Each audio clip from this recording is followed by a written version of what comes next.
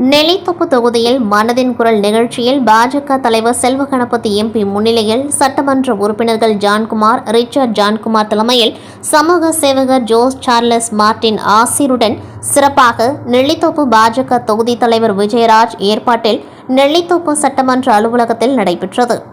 பாரத பிரதமரின் மனதின் குரல் நிகழ்ச்சியை காண நெல்லித்தோப்பு தொகுதியில் ஏராளமான மக்கள் கூடியிருந்தார்கள். டிடி தொலைக்காட்சி மூலம் பெரிய LED ஸ்கிரீன் அமைத்து நேரடி ஒளிபரப்பு செய்யப்பட்டது. இந்த நிகழ்ச்சியில் இந்தியாவில் உள்ள மக்கள் அனைவரும் காணும் வகையில் உரை நிகழ்த்தினர். உள்துறை அமைச்சர் அமித்ஷா, மத்திய அமைச்சர் ராஜ்நாத் சிங், குஜராத் முதல்வர், மகாராஷ்டிரா முதல்வர், ஹரியானா முதல்வர் ஆகியோர் நேரலை நிகழ்ச்சியில் கலந்து கொண்டார்கள். எம்பி செல்வ கணபதிக்கும் சட்டமன்ற உறுப்பினர் ஜான்குமார் மற்றும் ரிச்சர்ட் ஜான்குமார் அவர்களுக்கும் பாஜக தொகுதி தலைவர் மலர் தூவி சால்வை அணிவித்து வரவேற்றார். மனதின் குரல் நிகழ்ச்சியை விழிப்புணர்வுடன் கூடிய வாசகங்கள் அடங்கிய வளைவுள்ள கட் அவுட் வைத்து பொதுமக்களின் பாராட்டை பெற்றார் தொகுதி தலைவர் விஜயராஜ்.